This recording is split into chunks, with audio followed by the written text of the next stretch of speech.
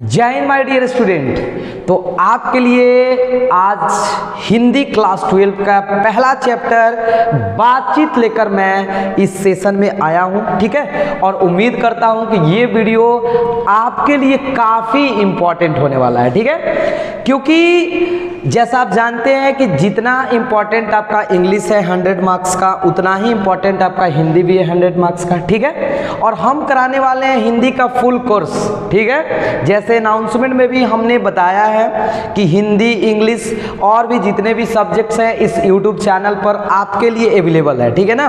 तो आइए without wasting more time हम लोग करते हैं चैप्टर 1। सबसे पहला चैप्टर आपके बुक का, ठीक है ना, बातचीत, जो बाल कृष्ण भट्ट द्वारा रचित एक शानदार चैप्टर है, ठीक है ना।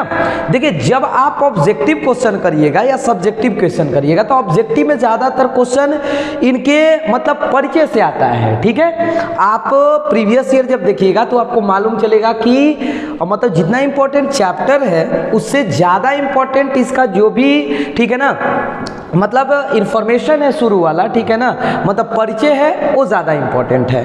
तो चलिए हम देखते हैं चैप्टर बातचीत। सबसे पहले कवि का नाम क्या है जी, सॉरी, लेखक का नाम क्या है, बालकृष्ण भट्ट। इनका जन्म 23 जून 1844 में हुआ है, ठीक है ना। और इनका निधन 20 जुलाई 1914 में हुआ है। सबसे पहला क्वेश्चन, बालकृष्ण भट्ट का जन्म कब हुआ, आपसे पूछा जा सकता है। तो आपको याद रखना है 23 जून 1844, ठीक है। इनका मृत्यु कब हुआ है, आप देख सकते हैं 20 जुलाई 1914। और निवास स्थान इलाहाबाद, जो यूपी में है, ठीक है ना। इनका निवास स्थान मतलब जहां ये रहते थे, ठीक है ना, इलाहाबाद यूपी में रहते थे, ठीक है। इतना तो सबको मतलब ये तो पढ़कर आप अच्छे से सीख सकते हैं। देखिए, हिंदी में माता पिता का नाम जरूरी है। इंग्लिश में वैसे माता पिता जब आप चैप्टर पढ़े होंगे तो उनका माता पिता का नाम दिया हुआ नहीं रहता है, बट हिंदी में आपको याद करना जरूरी होता है क्योंकि पूछा जाता है, ठीक है।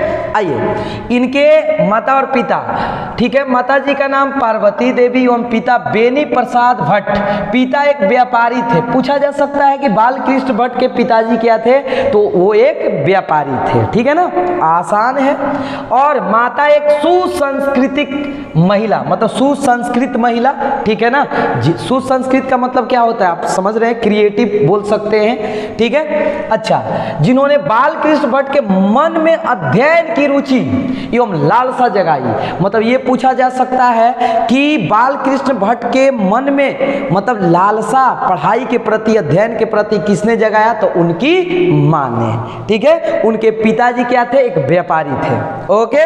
अच्छा जी, प्रारंभ में संस्कृत का अध्ययन 1867 में प्रयाग के मिशन स्कूल से एंट्रेंस की परीक्षा दी। एंट्रेंस जो होता है ना, ठीक है, एंट्रेंस एग्जाम आप लोग भी दिए होंगे और नहीं भी दिए होंगे तो आपको मालूम होगा कि एंट्रेंस क्या होता है। कोई एग्जाम लिया जाता है मतलब सिलेक्टिव से पहले, ठीक है। अच्छा, तो यहां से हमारा 4-5 क्वेश्चन बन गया कि बातचीत, ठीक है ना, किसने लिखा, तो आपको याद रहना चाहिए बालकृष्ण भट्ट ने। बालकृष्ण भट्ट ने कौन सा, ठीक है, चैप्टर लिखा, पाठ लिखा, तो आपको ये भी ध्यान रखना है, बातचीत, ठीक है। अच्छा जी, इनका जन्म, मरण, कहाँ निवास स्थान था, माताजी का नाम क्या है, पिताजी का नाम क्या है, ठीक है। पिताजी क्या थे, व्यापारी थे। माताजी क्या थी, तो सुसंस्कृत महिला थी जिन्होंने बालकृष्ण भट्ट के, ठीक है, मन में मतलब लालसा जगाई पढ़ाई के प्रति, अध्ययन के प्रति, ठीक है। आगे बढ़ते हैं।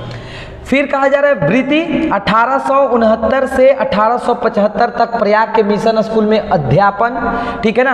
1885 में प्रयाग के CAB स्कूल, ये सब दिया हुआ है, आप अपने से भी अध्ययन कर सकते हैं। 1888 में प्रयाग की कायस्थ पाठशाला इंटर कॉलेज में अध्यापक नियुक्त। मतलब देखिए, ये अध्यापक नियुक्त किए गए कौन से कॉलेज में, इंटर कॉलेज में अध्यापक नियुक्त हुए थे, ठीक है ना, 1888 में।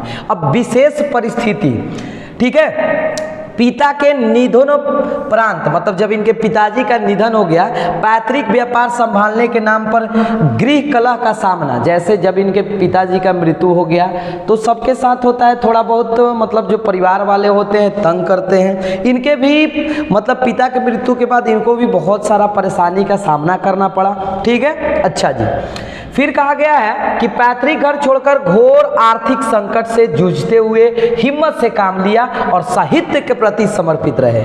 मतलब बहुत गरीब फैमिली से ये बिलोंग करते हैं, लेकिन कहा जाता है ना कि जितना आप, ठीक है ना, गरीबी से जूझिएगा, जितना स्ट्रगल करिएगा, आप लाइफ में बहुत आगे जा सकते हैं यदि आपके साथ एजुकेशन है तो। ठीक है, चलिए आगे क्या कहा जा रहा है, विशेष परिस्थितियां पिता के, ये तो हम लोग पढ़ लिए। रचनात्मक सक्रियता, मतलब भारतेंदु हरिश्चंद्र की प्रेरणा से हिंदी वर्धिनी सभा प्रयाग की ओर से 1877 में हिंदी प्रदीप, सुनिएगा ध्यान से, हिंदी प्रदीप नामक मासिक पत्र निकालना प्रारंभ किया। मतलब किसके पूछा जा सकता है जी, किसके प्रेरणा से, तो भारतेंदु हरिश्चंद्र। ठीक है ना, ये हिंदी प्रदीप आप याद रखिएगा कि ये एक मतलब नामक मासिक पत्र, ये एक आप पूछा जा सकता है कि मासिक पत्र का नाम क्या था, तो हिंदी प्रदीप। ठीक है ना, कब इसको निकाला जी, 1877 में। ठीक है ना, इसे वे 33 वर्षों तक चलाते रहे। कितने वर्षों तक चलाते रहे माय डियर स्टूडेंट, 33 वर्षों तक। कितने वर्षों तक, 33 वर्षों तक। मतलब जो भी हम यहाँ टिक कर रहे हैं ना, वो बहुत ज्यादा इंपॉर्टेंट है। इसमें नियमित रूप से सामाजिक, साहित्यिक, नैतिक, राजनीति विषयों पर निबंध लिखते रहे। मतलब इसमें जैसे सामाजिक, साहित्यिक, नैतिक, राजनीतिक विषयों पर क्या करते रहे, निबंध लिखते रहे। ठीक है, 1881 में वेदों की युक्तिपूर्ण समीक्षा की। 1886 में लाला श्रीनिवास दास के संयोगिता स्वयंवर की कठोर आलोचना की। जीवन के अंतिम दिनों में हिंदी शब्दकोश, जैसा डिक्शनरी होता है ना, के संपादक के लिए श्याम सुंदर दास द्वारा काशी आमंत्रित, किंतु अच्छा व्यवहार न होने पर अलग हो गए। मतलब देखिए, ये इनका एक तरह से परिचय है। ठीक है, कब इनका जन्म हुआ, कब इनका मृत्यु हुआ, ठीक है, कब मतलब कहाँ के थे, इनके माता पिता का नाम आपको इतना याद रखना है। इतना से ज़्यादा आपसे क्वेश्चन नहीं पूछेगा। ठीक है, हाँ, ये मासिक पत्र वाला याद रखिएगा, हिंदी प्रदीप, किसके मतलब प्रेरणा से, तो भारतेंदु हरिश्चंद्र। ठीक है ना, और अपने अंतिम दिनों में हिंदी शब्दकोश, ये वाला भी थोड़ा सा देख लीजिएगा। ठीक है ना, अब देखिए रचनाएं एकदम याद रखिए, रचनाएं।